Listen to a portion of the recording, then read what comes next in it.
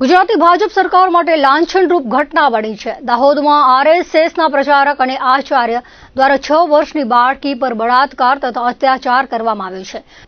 જે ઘટનાના ઉગ્ર પ્રત્યાઘાતના ભાગરૂપે ગુજરાત પ્રદેશ કોંગ્રેસ સમિતિના પ્રમુખ શક્તિસિંહ ગોહિલના આદેશ અનુસાર કચ્છ જિલ્લાના મુખ્ય મથક ભુજ ખાતે કેન્ડલ માર્ચ યોજાઈ હતી, જેમાં મોટી સંખ્યામાં કોંગ્રેસના આગેવાનો આમ પ્રજાજનો જોડાયા હતા।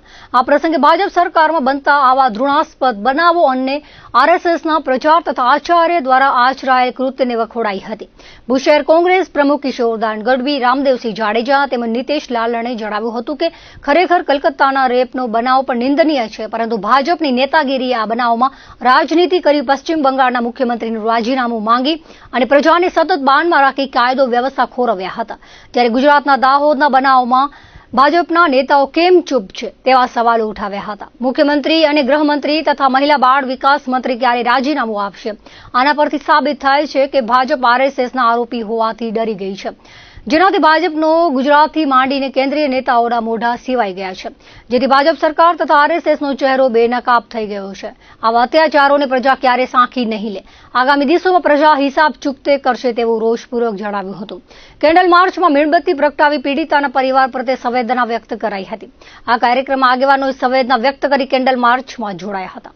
આજરોજ કચ્છ જિલ્લા કોંગ્રેસ અને ભુજ શહેર કોંગ્રેસ દ્વારા આયોજિત મૌન ધરણા કાર્યક્રમ જે દાહોદમાં આચાર્ય દ્વારા કરેલા જઘન્ય અપરાધ કૃત્ય જે 6 વર્ષની માસૂમ દીકરી સાથે જે બળાત્કારનો બનાવ બન્યો છે અને જે આચાર્યએ બળાત્કાર કર્યો છે એમને સખ્તમાં સખ્ત શબ્દોમાં ઘટનાને વખોડીએ છીએ અને સખ્તમાં સખ્ત આચાર્યને ફાંસીની સજાની માંગ સાથેના આજના ધરણા કાર્યક્રમ છે। હૃદય દ્રાવી ઉઠે એવી આ ઘટના છે। માત્ર 6 વર્ષની માસૂમ બાળકીને જે આચાર્ય દ્વારા કૃત્ય કરવામાં આવ્યો છે એ આપણે સૌને હૃદય કંપાવી દે એવી ઘટના છે।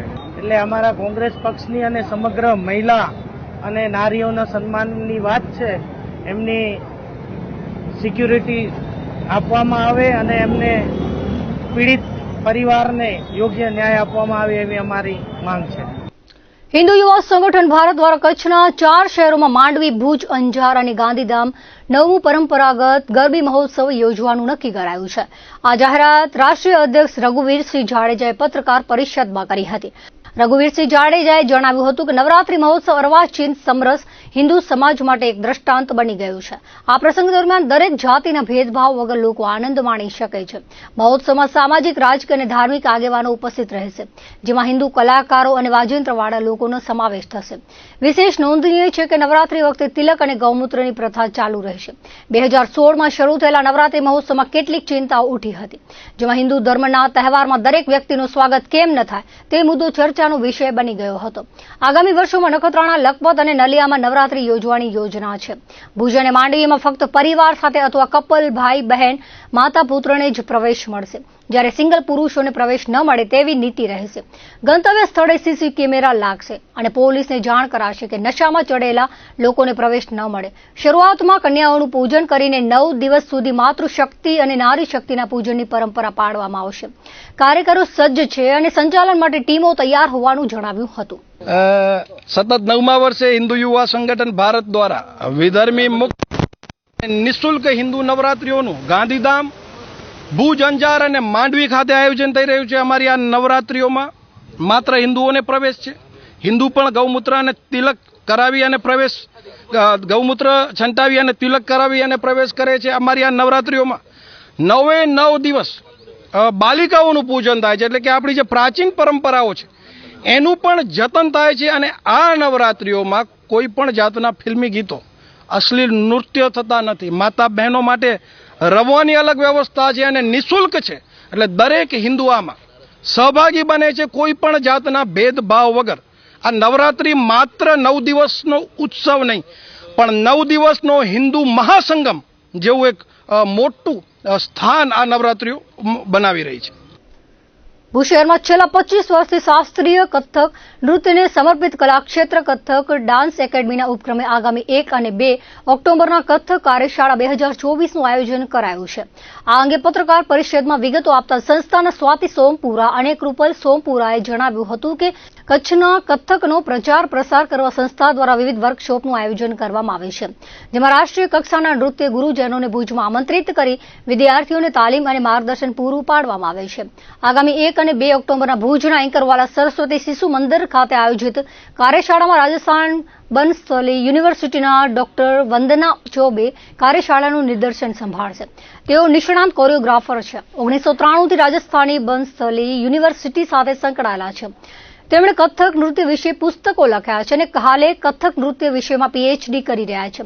ભુજમાં તેઓ તાલીમાર્થીઓને કથકના વિવિધ પાસાઓ જેવા કે સ્તુતિ, ઠુમરી, ઠાઠ, પરણ, ગતનિવાસ, દાદરા, તાલ, ફૂટવર્ક વગેરે શીખવશે.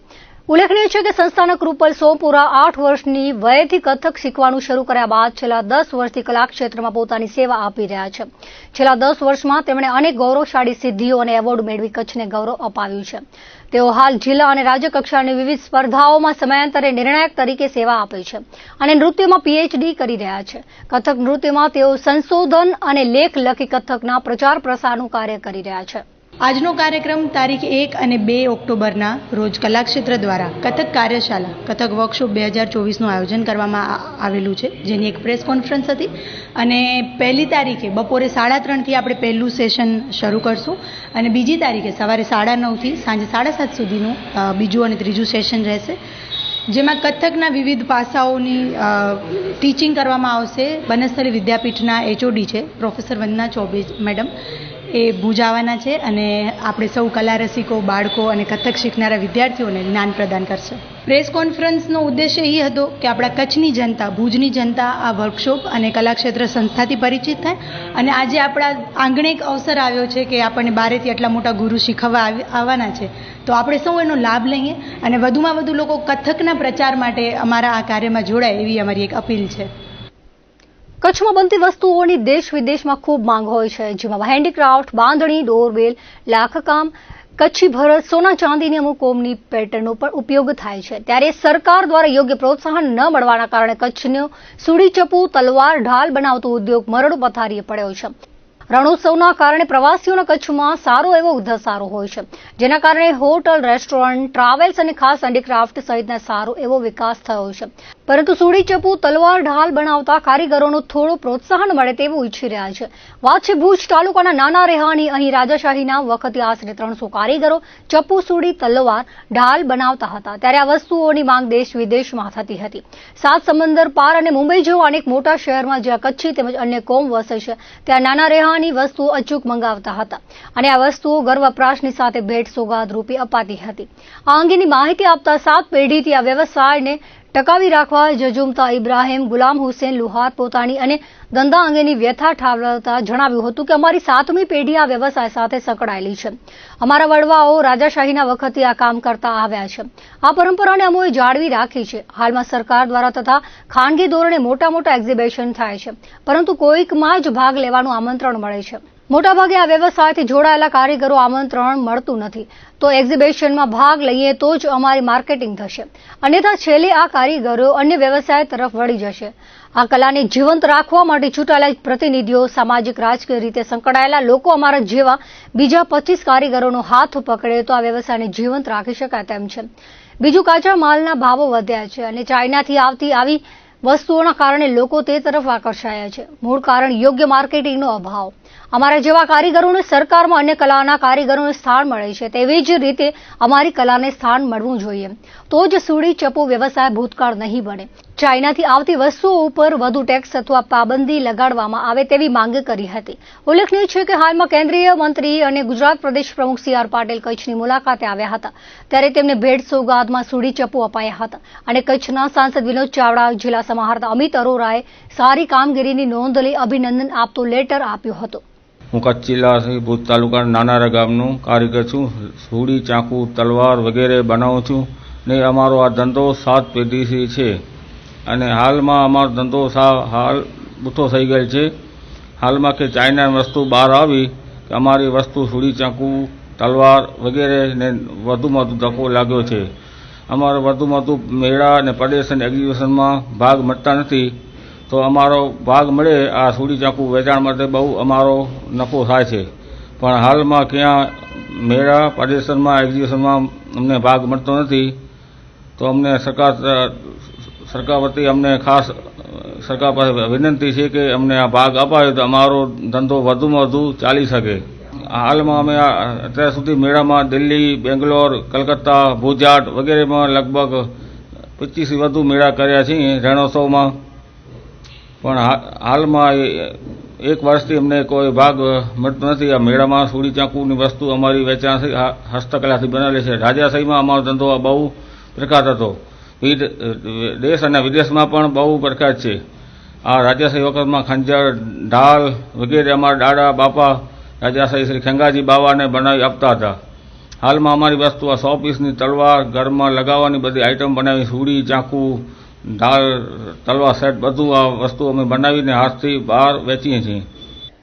નવરાત્રીને હવે ગણતરીના દિવસો બાકી છે, ત્યારે પ્રથમ નવરાત્રી ત્યારબાદ આઠમ અને દશેરાના લોકો શુભ દિવસે નવું ટુ વ્હીલર લેતા હોય છે. આ વખતે નવરાત્રીના પ્રથમ દિવસે બજાજ ટુ વ્હીલરની લોકોએ એડવાન્સ બુકિંગ કરી પોતાના વાહનો બુક કર્યા છે. ખાસ પશ્ચિમ કચ્છની વાત કરીએ તો નવરાત્રીના પ્રથમ દિવસે ઘરમાં નવા મહેમાન તરીકે વાહનની ખરીદી કરે છે. વાહન લઈ માતાજીના મઢે લઈ જઈ માના દર્શન કરી ચુંદડી ટુ વ્હીલરમાં બાંધે છે. આ વર્ષે જૂની પરંપરા છે જે હજુ કાયમ છે. આ અંગે વિશેષ માહિતી જી કે બજાજના ઓનર ઉર્મિનભાઈ કે ઠક્કરે જણાવ્યું હતું કે આ વર્ષે નવરાત્રીના પ્રથમ દિવસે ટુ વ્હીલર વાહનોની બુકિંગ અત્યારથી ચાલુ થઈ ગઈ છે. જેમણે બુકિંગ કરાવી છે તેઓ પ્રથમ નોરતામાં પોતાના પસંદગીના વાહનની ડિલિવરી લેશે. આ વખતે કયા વાહનની વધારે બુકિંગ છે તેના પર કહ્યું હતું કે વિશ્વની પહેલી સીએનજી બજાજ પલ્સરની બાઇક લોકોની પ્રથમ પસંદગી રહી છે, જેમાં સીએનજી સાથે પેટ્રોલની સુવિધાવાળી બાઇક હોવાથી તેની માંગ વધુ છે. સાથે વર્ષો જૂના બજાજ સ્કૂટર લોકોએ ચલાવ્યું છે, ત્યારે હવે નવા રંગ સાથે ચેતક ઇલેક્ટ્રિક મોપેડ માર્કેટમાં લોન્ચ થઈ ગયું છે, તેની પણ વધારે માંગ છે. અને રેગ્યુલર વાહનો તો ખરા જ. આ વખતે 150 ટુ વ્હીલરના બુકિંગમાં 60 ગાડી સીએનજી વાળી પલ્સર બાઇક છે, 50 ગાડી ઇલેક્ટ્રિક ચેતક બાઇક છે. બાકીની ગાડીઓ પલ્સર પેટ્રોલ જે 125 સીસીથી લઈ 400 સીસીની શોરૂમમાં હાજર છે અને તેની સાથે અન્ય ટુ વ્હીલરના બુકિંગ ચાલુમાં છે. હાલ પ્રથમ નવરાત્રીનું બુકિંગ અત્યારથી શરૂ થઈ ગયું છે. બાકી આઠમના અને દશેરાના બુકિંગ તેનાથી ડબલ થશે તેવો અંદાજ રાખવામાં આવ્યો છે. આમ હાલ ટુ વ્હીલરમાં બજાજના વાહનોની ડિમાન્ડ ખૂબ રહી છે તેમ જણાવ્યું હતું. નવરાત્રિમાં આ વખતે ખાસ કરીને જો સૌથી વધુ આકર્ષણ હોય તો બજાજ દ્વારા નવી સીએનજી બાઇક, જે વિશ્વમાં પ્રથમ સીએનજી બાઇક છે અને એની માંગ ખૂબ જ છે. અને બીજું બજાજ ઓટોનું જૂનું સ્કૂટર જે દરેક માણસ એનાથી કનેક્ટેડ છે, બજાજ ચેતક, હવે એ નવા રંગરૂપ સાથે ઇલેક્ટ્રિકમાં આવેલો છે અને એની પણ ડિમાન્ડ કચ્છ લેવલે પણ બહુ સારી છે. બંને વ્હીકલ બુકિંગમાં ચાલે છે અને ફર્સ્ટ નવરાત્રિ અત્યારે 150 ગાડીનું બુકિંગ છે, જેનામાં 61 ગાડી સીએનજી છે અને 51 ગાડી ચેતક છે અને બાકીની પલ્સર છે. પલ્સર રેન્જમાં પણ પલ્સર 125થી કરી અને 400 સીસી સુધીની પલ્સરો બજાજના શોરૂમમાં ઉપલબ્ધ છે.